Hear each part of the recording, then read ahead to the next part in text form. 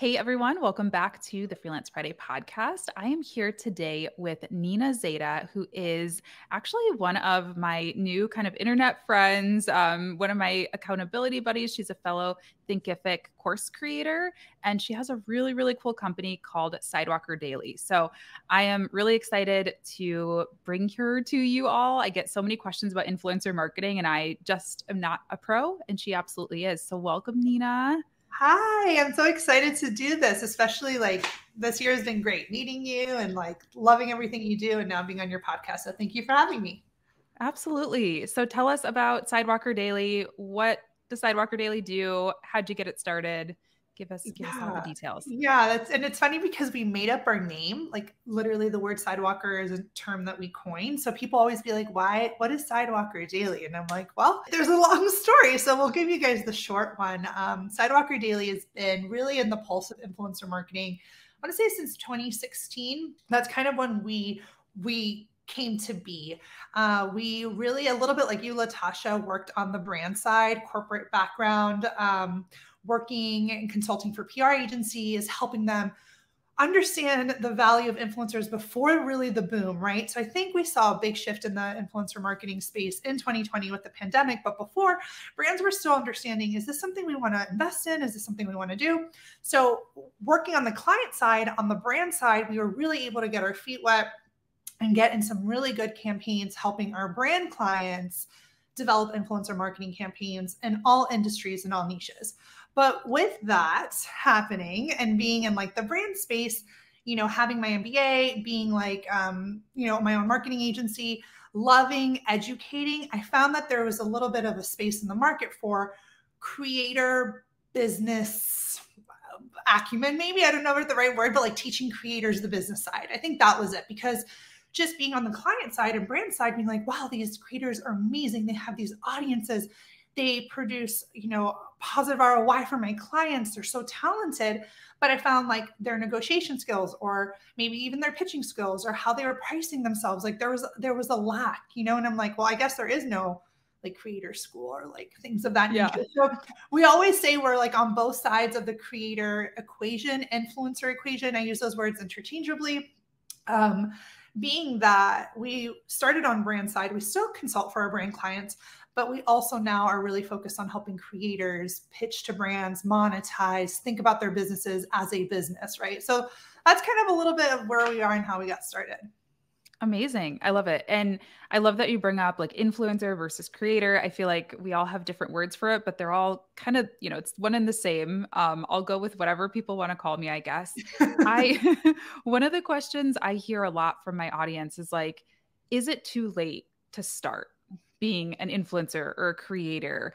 Because, some of the most successful people have been at it for a long time, or they were, really there when like YouTube first started or Instagram first kind of hit. So like, what are your thoughts on that?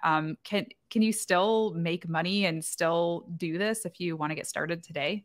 Yeah, I think and that's a great question. And I get that a lot too. I think you need to always look at the data and look at where the industry is going. And I'm, being kind of a numbers gal myself, like when I see stats that just this year, over 50 million people consider themselves a creator. That statistic is in our industry. When we see the influencer marketing industry being valued at, $16 billion within 2022, and where that number is going, when we see companies that are getting $800 million valuations and investments from VCs in the influencer marketing space, my answer is no, it is not too late. But what I do think is happening is that we're redefining a lot of terminology, right? So like, let's start with some basics. I think when I talk about influencer versus creator, just to kind of set a little bit straight, I see influencers almost like media distribution of eyeballs, right? Impressions, clicks, metrics, all that. And then I also see creators being able to have influence, of course, but then there are some creators that are just, they're more like the artist, the medium, the person that they've always existed and they always will, right? So influencer was really born with social. So in terms of it being too late, the answer is obviously no, because now we're seeing dentists use social media to be their own creators. Or I don't know if you follow like dentist TikTok or like doctor TikTok or like all like realtors are creators now. Every brand, Flight it's attendants. flight attendant. That's a big one. So the whole thing is that I used to be like, creators, you are brands, but now I'm like, brands, you are creators. Like the worlds Mhm. are mixing and mushing. That's a made up word, but the worlds are just combining, and social is the new virtual shopping mall. It's how you get seen, right? So maybe you're trying to push, your brick and mortar business, or maybe you're an influencer pushing your audience. I don't think it's too late for anyone to engage in what they probably already do. And it's funny, Latasha, I don't know if you would agree, but I think on social, when you see like behavior, there's people who like post, and then there's the people who watch. And then maybe Mm. there's people who do both, but like personally, I always joke, I'm like, oh yeah, like I post for business, but like in my personal life, I'm like more of like a watcher, like I Yep. like and comment, but I'm not like posting my personal stuff.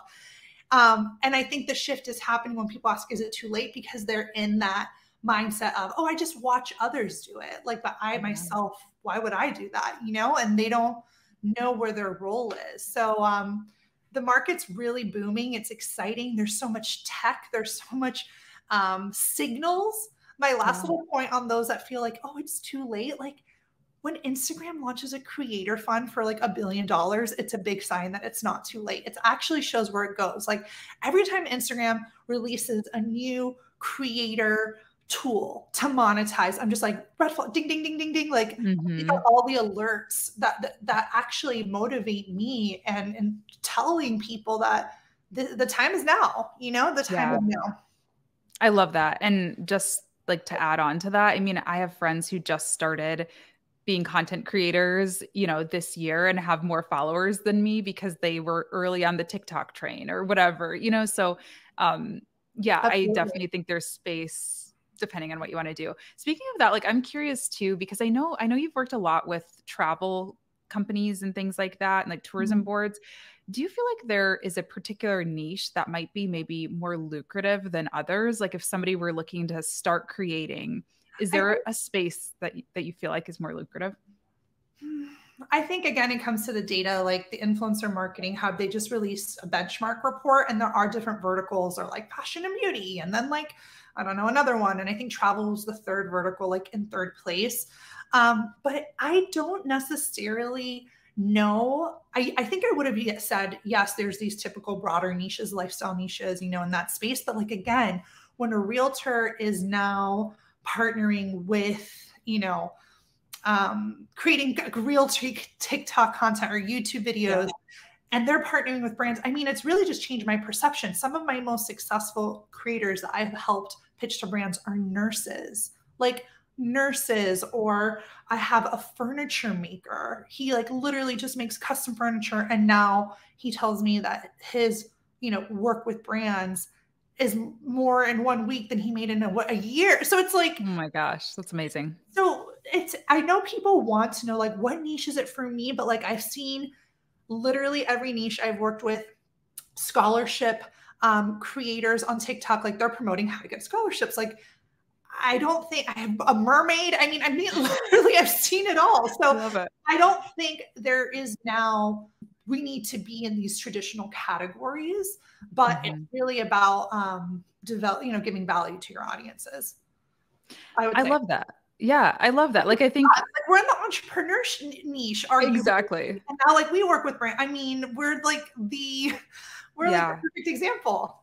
Yeah. No, I love that. And because it's like you have to do what makes sense for you. I mean, I know that might sound so cliche, but it's like if I go out and try to be a beauty creator or a travel creator, like, and that's not true to me, that's not Mhm. authentic to me and my lifestyle, it's not, there's going to be a disconnect. Like, you're going to be able to tell that I'm kind of pretending or trying to fit into this mold to make money, as opposed to I'm really passionate about helping entrepreneurs. So it comes across really naturally. And you know what is also really great? And so my, just to like quickly just preface, like my passion, specialty, signature sauce right now is helping creators pitch. So you'll hear me reference that a lot. I love teaching creators how to pitch to brands, how to be like their own, create their own business identities and pitch and all that good stuff.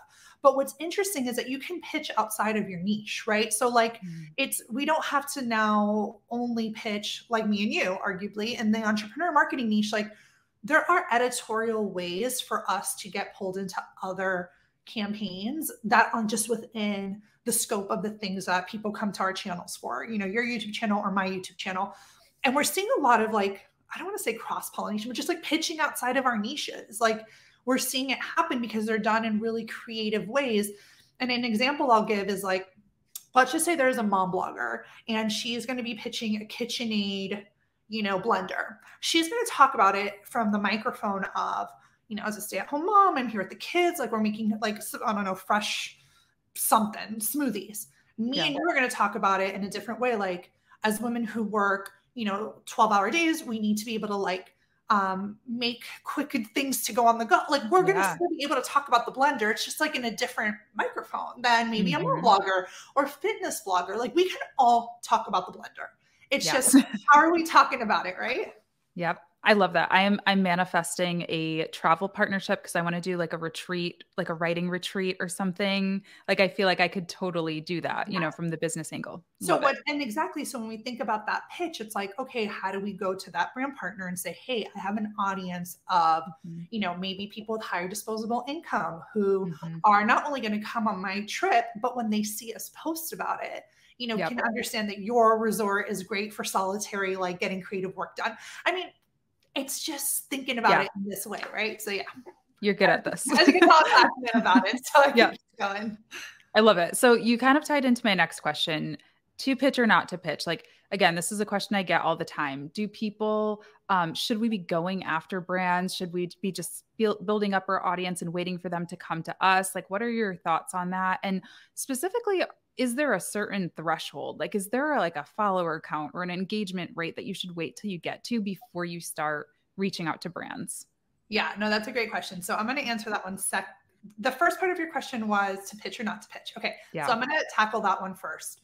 So it's interesting to me because obviously I have a pitching to brands master course. So I really do teach about the necessity of going out there and like putting yourself out there, knocking on the doors. You miss 100% of the shots you don't take type of energy. Like you literally never know. So like leaving money on the table, I'm very pro pitch, but I also think that it does come with a certain level of confidence that is not a follower count thing. That is just a headspace thing. Like I have creators with 1,000 followers or a creator that had 3,000 followers at the time get a $20,000 brand deal with a tourism board, 3,000 followers. So like, it's amazing. That is some mindset. Like I'm going to knock on doors. We also have a mini course, which is how to get brands to notice you. And I kind of think this is like a stepping stone course. It's for those that don't want to actively pitch, but like want brands to reach out to them. They're still not fully in that headspace. But I 100% believe that you don't know unless you try type of vibe. And I'm always going to encourage the creators that are looking to work with brands to pitch. But here's a thing, Latasha, that I think is super important and something that I just kind of like in general. I don't think it's my job to get someone to believe in themselves. So a lot of the times that's just like not my role in the space. There's really great motivational coaches out there and people who can like get you feeling like you're on cloud nine. My whole shtick is kind of like, if you want this and you already know you want to monetize this way, I will help you get there. So it's hard because I'm not very like I don't handhold in the you can do it like type of energy where I'm already like, if you want this, like, let's do it. Like, I'm going to give you all of me, but like, you have to like want this energy. And that's why the followers, people that come into my program with 1,000 followers, 2,000 followers, they want it. They don't care. But let's talk about numbers and threshold and all of that, because I do think it's important. So as a creator, you will have to kind of, in the very beginning, when you're first starting, kind of decide, what are you pitching with? What foot are you leading with? And when I say that, I mean, are you pitching content and you're going to a brand and saying, hey, I can create content for you, whether it be reels or TikToks or videos for your account, blog content for your account, whatever. That doesn't need a follower count. That just needs some good, solid skills. Like, I don't know if you've seen those like really cool, like reels and things of that nature. That's just content. Yeah. So for me, there's no follower count in that. If your stuff looks good, if you have a portfolio of work, a good looking media kit that shows your scope of work, what you can do, I don't think we need numbers. Now, if you're pitch and influence, what you're saying to the brand is, I have the audience that you want. and Mm. my audience trusts me. Therefore, I'm the funnel that is going to talk about your messaging to my human. Yep. So if you're pitching influence, I always tell creators, do you have influence? Like, is there a way for you to kind of measure the clicks or the ways that people jump when you tell them to? When I say jump, it's figuratively, but like, Yeah. is there some sort of conversion that you're able to show? And the best way to do that is testing your influence. So if you are like, hey, I think I have the human, right? I have the audience that this brand would be perfect for. If you're going to pitch influence, it's not a numbers game, it's a conversion game. Are you able to get people to show up to a Zoom room, or are you get people to subscribe to a newsletter? And if you don't know, fake test it, make it up, do your own giveaway, do your own, like, see how many people sign up to a newsletter, your own newsletter after promoting it on your YouTube channel. And you're like, Yeah. oh, wow, 150 people signed up. Like, you know, now you have some data that you can kind of feel confident in that pitch, because again, a big part of the pitch is confidence. We don't talk about that enough, but it's like having the mindset of being like, actually, brand, you're not doing me any favors. I'm not doing you any favors. It's a win-win. Like, we are in business to help each other. You have something I want, I got something you want. Like, let's make it happen, you know? Oh my gosh, I love that, because I recommend that for people looking to get started with service, providing services too. It's like, if you want to be a social media manager, create a cool Instagram account about makeup or, whatever it is, like, be your own kind of test dummy there. So I think that's such a brilliant point about start a newsletter, have a, mastermind or something, like invite people to a Zoom or an event and see if they actually go Yeah, over like, you there. can use your own data to be like, oh, I Yeah. did a giveaway and like 300 people signed up. Like, Yeah. that's awesome. Like, I know a lot of my brand partners, when I on the brand side, me jumping over to the brand side, when we would do campaigns, we were looking for influencers to help grow the client's list. So they're like, oh, subscribe to, our newsletter. And that was the metric.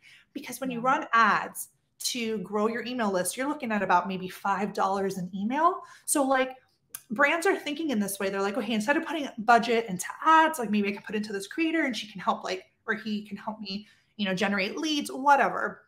So Yeah. I think that a lot of times when creators are pitching their influence and their audience, it's so important to know who your human is. Like, Mhm. who is it that, you're going to, because when the brand wants that person or that demographic, like, that's when you're golden, because Yep. you have what they want and those people actually trust you, because it's all about trust, right? Yeah. Love that. You kind of spoke to this a little bit, but which analytics should you be paying attention to and reporting to when you are pitching? You mentioned, like, conversion rate. Anything else? I think we get so stuck on follower count, and I know Yeah. that for Oh my me, gosh. that's like such a vanity metric. But what's Look, important to you? we all love it. Like, we all love, like, I Mhm. just posted a TikTok before getting, like, as I was in the waiting room, I'm like, go, go. I think at the end of the day, the brands need to see what they can't see just from looking at your screen, right? So like, back in the day in 2016, 2018, people were like, follower count, engagement rate. Like, I Mhm. don't think those are the things that are leading campaigns right now. Again, brands want to be able to see other metrics, especially when you're pitching. So I strongly suggest, and every creator needs to have a media kit, where they can showcase this sort of information when you're pitching influence and you're saying, hey, like, this is, my newsletter, this is my open rate, this is like my click-through rate on my YouTube, channel, my Mhm. average, things like that. I think when it comes, every platform is so different, because people that are listening to us today, Latasha, and it's really something that I find happening often, people want to clump it into one. Are we talking Instagram? Are we talking TikTok? Are we talking YouTube? Are you like, what are we? Because depending on the platform that you're at, there's a wealth of metrics that you can dig within. So one thing I always tell creators is the importance of doing the digging, right? So Mhm. thinking of numbers cumulatively is a great way to kind of share a metric. So if you have followers across like 3 different platforms, if you're like, oh, I have, a cumulative following of X, this is like adding up that number. Or if you are sharing with a brand, maybe if you're pitching, and like, this is talking about pitching and getting a brand's attention, not in reporting, but in getting their attention, you may want to say, what were your cumulative TikTok views for the last 30 days? TikTok Mhm. gives you that information. You go over to Creator Tools, Analytics, you look at last 28 days, you're going to see your views.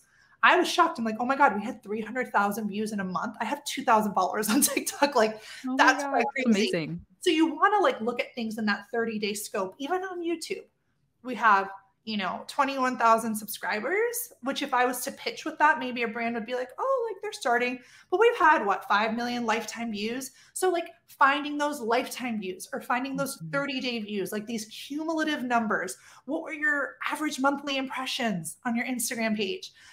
So thinking about things like that in a bigger way helps creators when they're pitching.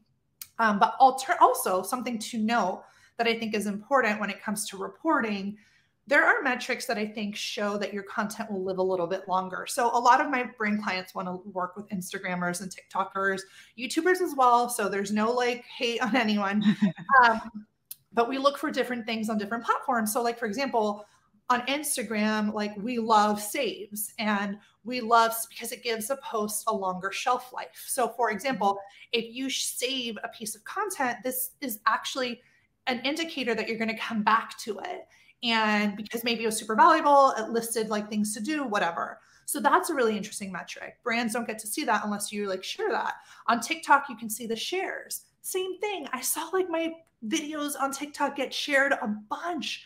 And I don't think we would have known that unless we went in and like looked at like, oh, what are our monthly shares? To be able to go to a brand and say, hey, actually look at these shares. Like my content's shareable. Like people enjoy it. They want to share it with their friends. And again, like those are the things that kind of require that business mindset, like getting the creators to think about themselves more as a business and less as a like, here are my followers and like, these are the likes, because we're past that. But creators are like literally financially killing it and being their own businesses. So we're past the days of followers and likes. Like we got to dig deeper, Yeah. And you have to like be an analyst, and be able to sort of massage that data in a way that is relevant to the brand. You don't want to just print off your analytics. Here you go, brand, like make it tell a story. I mean, that's the same thing for social media management. Yeah. And that's what thing, and I'm sure you can relate to this, is that report. Like, let's talk about that report. I'm sure you guys, with your social media managers, you're saying, hey, show the client, like, this is what we got for the month, right? Yep. It's the same thing as a creator. If you're able to show your brand client, like, this is a report, not print screens of all my back ends, but like, this is a report, how the content did, and use that as a leveraging tool to pitch a bigger job, a bigger idea, not a one and done partnership. Because those are the ones that just kind of fade. But when we're looking to add this as a revenue stream, like we need brands that are partnering with us for a 3-month block or 6-month block or things like that. So that reporting is important to show also your professionalism, but also like your value. For sure. And to add on to that, like your audience needs those repeat sponsors too, because I know it takes me a while, before I hear a brand name or I hear about a company before I actually take action. So it really is a win-win to be selling like those packages and have those long-term relationships. Yeah, we call that the recall posts, right? So we'll be like, recall to your audience like in 3 months or 6 months, like so that they remember. Because I think a lot of people have a misconception about influencer marketing. It's a magic wand.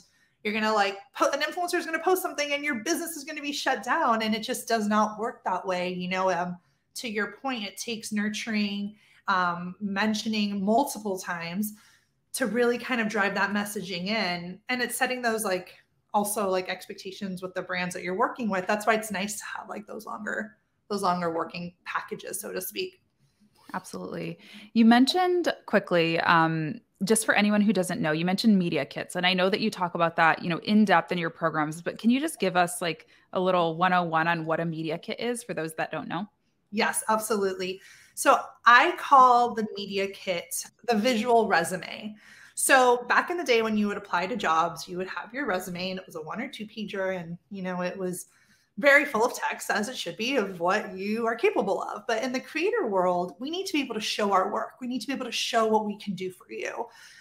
So a media kit is meant to be for us, one, revenue generating asset. It's a document, but it's supposed to be making you money because it's supposed to be what you use as a pitching tool. It's almost like if you started a business, you need like materials to get new business, right? And I think when creators start looking at themselves as businesses and the brands that they're trying to pitch to as clients, and you need something to share your work, a little bit about you, those metrics, content that you've done. So in terms of a media kit, well, for one, our YouTube channel, we have so many videos on this topic, but the media kit is meant to be a comprehensive visual document that shares the work that you do and the value that you can give to a brand partner.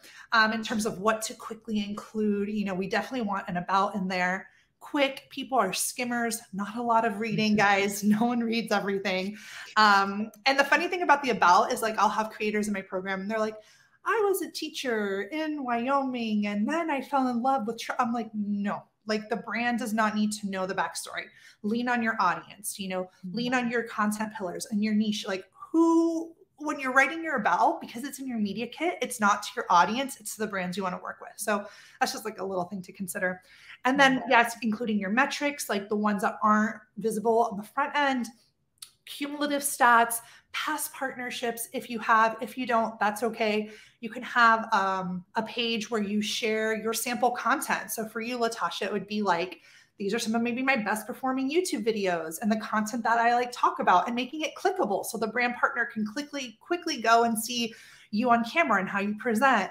You can include a services page if you want, or there's no one way to make a media kit, right? There's the key word I would say is visual, because really what you want is someone to get your media kit and kind of lean over to their person and be like, hey, Sarah, look at this. Like, wow, this person looks like legit, and I think graphic design and branding, like, you could go on Canva and build an amazing presentation about yourself, right? And it just gets people to kind of be like, media kits are no longer an option. They used to be. In where we are now, they are like a standard as a pitching tool. Amazing. And I didn't mention this in the beginning, but Sidewalker Daily does have a YouTube channel. So of course that will be linked. I'll definitely find some of the media kit episodes and link them. Oh, yes. I have like long ones that literally say, oh, this is what you want. And like what, all the things. So. Nice. Awesome. Okay. So big question. I know this is a tough one. How do you know what the heck to charge? You know what? This is great. So, and I get this so much. So I will give you the big picture here. So, and you correct me when I'm wrong, but I'm sure in the social media management world, people will be like, okay, well, how much is it for a social media manager? And your response would probably be like, well, do you need me to just do Pinterest, or is it Pinterest, Facebook, Instagram, Twitter? Like, do I need to respond to comments, or are you going to respond? Like, are you providing the photos, or am I shooting them? Like, So when we talk about pricing and influencer and creator marketing, I like creators to think about their businesses holistically. So for example, there is no rate, like what your rate is. It depends on what the brands want. So I'll give you an example. Like a creator I'm working with, she works with brands in a variety of different ways. She produces content for them. She posts on her own page about them. And sometimes she stands in as talent, which means she doesn't even have to produce the content. Her and her family are like literally talent. They just show up. They already have like the production team already has like everything covered. As you can imagine, all those fees are different, right? If a brand comes to you and says, okay, no, I just want sponsored content, I still think that there are fees that we need to discuss. Like, I've seen brands want exclusivity with an influencer for 6 months outside of maybe a 2-week norm. 6 months. And then what type of exclusivity? Like, are we talking maybe 5 competitors or an entire category? Right? So if you don't want me to ever work with like any other clothing brand, the category of clothing, what does that fee look like? So a lot of what we talk about in our Pitching to Brands Master Course, we go super deep into rates, because I think that we have to give examples of licensing a photo is, again, a very different fee than like a full-on photo shoot, or if you're, influence. One thing I can share for influence, because people ask, there are different formulas people on the marketing side will use to value like impressions. So this is called like a CPM. So a CPM can be anywhere from $20, $30, $40 an impression from 1,000 impressions. So those numbers are guiding points in terms of how to do the math. For me, that's just how I get like what the eyeball is worth. But again, it's not enough, because then I always think, okay, if let's just say Latasha shoots a video in her room or in her office saying, hey, work with this brand. It's very different if she's in Times Square doing a time lapse, showing an 8-hour day as an entrepreneur. Like that production is a very different production cost. Again, something we need to consider in our rate. So I can't give you a one time, but I can help you think critically about how to price yourself. And one thing I always tell creators, because this is like a sharp little but oftentimes if you give your rate and a brand accepts it on the first time, a lot of times creators will be like, oh, like I got gypped or I should have asked for more, you know? I hear that a lot. So expect negotiation. Expect it, because let's just say you want to make a certain amount of money.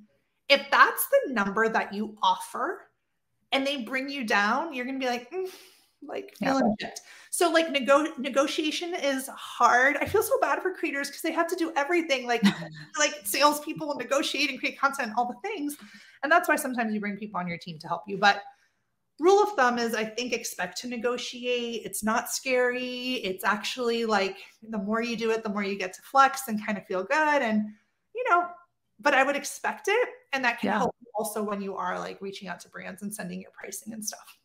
Yeah, no, I think that's great advice, because, I think the key there is that there are variables. Like it depends. There is not, you see some of these articles that are like, okay, if you have 1,000 followers, you charge this much. And it's like, that's maybe a starting point. But there are so many different variables, like you said. And I think that's important. This question's hard for me, Latasha. I'm sorry to cut you off. This question's hard for me because when I'm on, I'm kind of like, if I'm on the brand side, it's different than I'm on the creator side. So everyone's always like, you're trying to be Switzerland, and it really comes down to not how much you can get away with, but you don't know what the person in your desk job was able to negotiate for her deal, her salary, right? Like everyone gets paid differently based on different things. People just don't talk about it.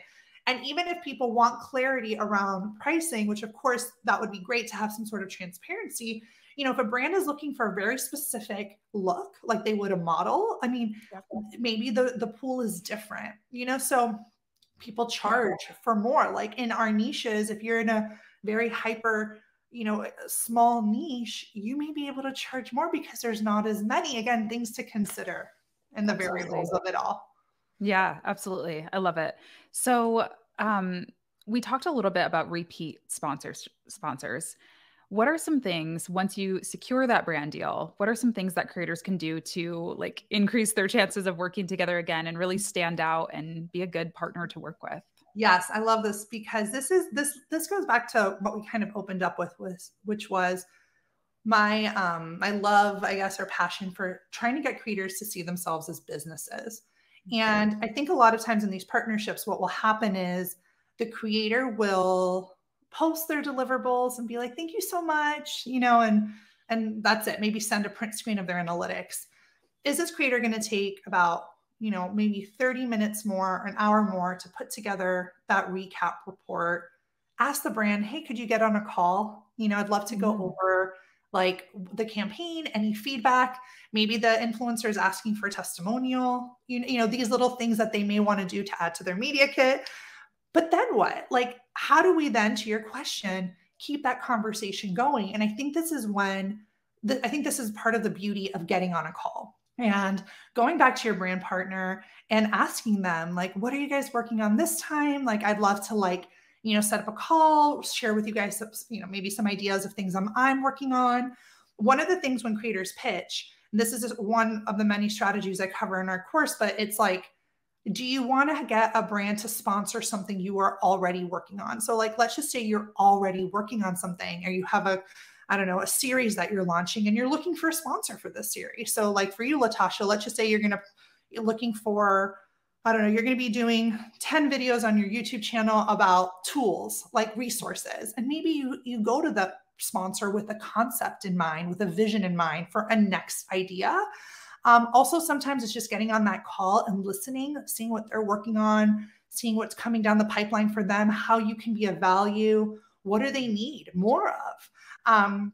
So as a business woman, man, person, it's to take that lead in that recap, send those emails, get back on calls, And another fun tip that I love to share is just kind of like updating the brand, right? Like if something new has happened in your business and you want to share with them a new avenue, like let's just say you start a TikTok and you have a new, something new to offer them, right? Or you hit a milestone on your YouTube page and you want to jump on a call and see, whatever. It's important to go back to your hot leads, because if they've paid you once, the chances of getting them to pay you again is a lot easier than pitching cold biz, right? So we have to focus on hot and warm leads when we are pitching to brands, going back to those clients and being a good person.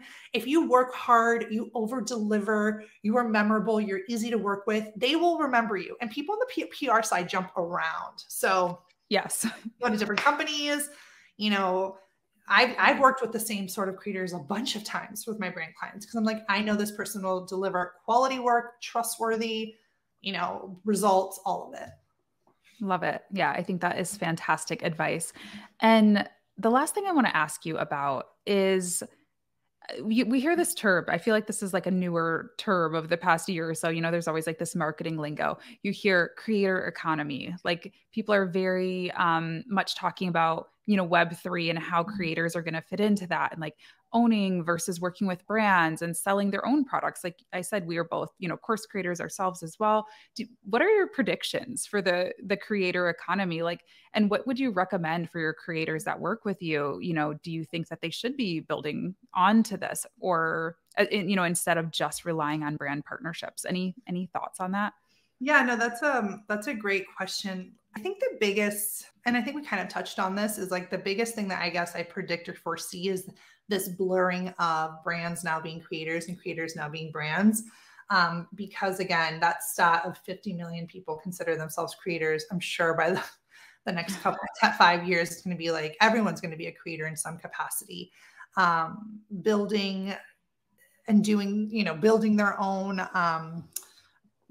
own brands. It's really, really interesting how things are shaping out in terms of monetization and kind of not sticking to one thing. So I think pitching to brands, and again, you'll never hear me tell people quit your job, like, glamorize that, because it's not for everyone. Like the nurse that has had tons of success with our program, she's an ICU nurse. She's like, I'm never quitting my job. Like, I love being a nurse. She's like, it's just nice that I get to make an extra 5 figures, a year for working with brands in my field. But I do think that from a monetization perspective, it is always safe to diversify your income and having like multiple things to fall back on.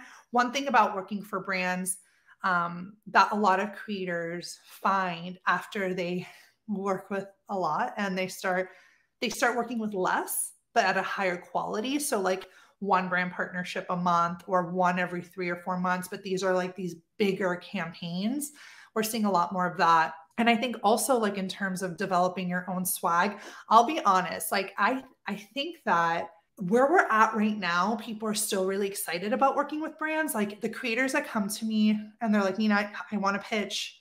They're not even thinking about swag and merch and courses and creating tangible goods or memberships. Like they're not there yet.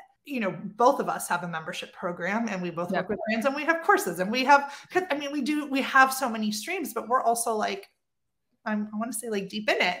When you're first starting off, it's a little overwhelming. Like I didn't have all these revenue sources when I first started. I built it brick by brick.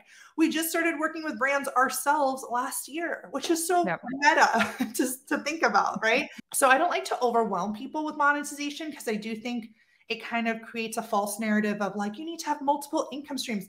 But in the beginning, you need to focus on doing one thing and one thing well before you add to yourself, because it just gets overwhelming and then that's burnout and all the things. I don't know. That's just kind of like a personal little touch to it. Yeah, I love that. I think that's great advice. I agree. I was just talking about this actually, again, meta in my membership community. Someone was asking me about memberships and I'm like, I'm going to be honest with you. Memberships are the hardest part of my business. It's been the hardest thing for me to figure out. So it's not, we talk about this, it's challenging. How can we do it all at once? Right. So I think it's nice to know like, these are the different ways. Yep. to be like aware of things. But I think that the best advice I've ever gotten from anyone is just like specialization in the beginning. Even before we jumped on TikTok, like we really had to get YouTube like locked in. Yeah. And I say that people, I'm sure with you, like, how do I do all these platforms? And you're like, look, just focusing, doing one really well. And then when you feel like you got your groove, add another. It's kind of the same with monetization. Love that. So to not like burn yourself out, because working for yourself is very hard and not glamorous and a lot of work. So Yeah. Especially if you want to do it right, like we said, and get these repeat brands, you need to do it like all the way. It shouldn't just be checking a box and like, okay, now on to the next thing. Like do it right. Yeah. Definitely. And I think one of the biggest takeaways I try to think about for brand partnerships, because I work on both sides, is really the mindset of the creator or influencer, or whatever, however you want to call it, giving value. So I think there's been a little bit of a narrative going around like, oh, I'm sure there's like influencers who are like freeloaders, or influencers who, use their influence in a negative way to get free stuff or things of that nature. I've heard a lot of that. And I think that it just comes down to value. Like, are you providing value to your brand clients, your brand partners? Because if you are thinking about it in that capacity, it helps you kind of understand, like, I am actually, not outside of the numbers, but the work that I do is valuable. And as long as you kind of always lead with that from a good, honest place, I think that's really where I'm hoping things will shift, where creators, again, seeing themselves as business owners, like almost their own agencies, where they're going to start hiring people and scaling and doing it from a place of like service to their client versus like posts be out, see you never, kind of like, how do you actually bring those results and brainstorm with them? I love it. Okay, so helpful. I feel like I've learned so much. So before we go, please tell everyone where they can find you. Tell us a little bit more. You've mentioned, the masterclass a little bit, but tell us a little bit more about what services you offer and how they can work with you. Thank you. Thank you. So we're on all the platforms, Sidewalker Daily, except our podcast. That's called Influencer Confidential. And we also have a podcast. So you can find us on the podcast at Influencer Confidential, and then YouTube, TikTok, website, Sidewalker Daily, blog, all the things, Pinterest. It's too much. It's too much. In terms of how to work with us, if you are interested in pitching, we do have our signature Pitching to Brands Master course. This course is really dedicated on two parts of the equation. So first, pitching, and then the second being all the materials you need. So we like teach you how to make a media kit, but we also show you inside the media kit of 9 other creators. We teach you how to build those case studies or those proposals. When you're pitching big business, you need a proposal, right? So we teach you how to make those, but we also show you examples. So the media kit section of the course is very visual. It's very like, it's really about creating all the assets that you need. And then the pitching course comes with all the pitching, not templates. They're not templates. They're pitch examples. So you can learn from example, all the things you need to learn about how to either find the right contact or brands to work with, what to put inside your pitch, all that good stuff. So that's our Pitching to Brands Master course. Our Stepping Stone course, which is a little bit, it's way smaller. The Pitching to Brands Master course is like 11 hours. It's crazy. But we have a How to Get Brands to Notice You course. This is a mini course. This is for those that aren't pitching, but want to get brands to reach out to them. They're like still not ready. It's kind of just like a little bit of a stepping stone. It's a mini course. And I think it's really great for those that are kind of just still getting started, but not ready to pitch, but want brands to reach out to them. So we put that together. Amazing. Yeah. And I have had experience with these. I've taken, dabbled into all of these different courses that you offer, and they're so good. Like seriously, amazing quality. I just think you're so good at explaining things to people and like teaching in a way that is accessible. And so I definitely love them. They'll be linked in the show notes if anyone wants to check them out, as well as all of the Sidewalker Daily socials. So thank you again, Nina. Really appreciate your time today. And I know my audience is going to take some value from this. So thanks again. Thank you. This has been awesome. I'll hope to talk to you soon.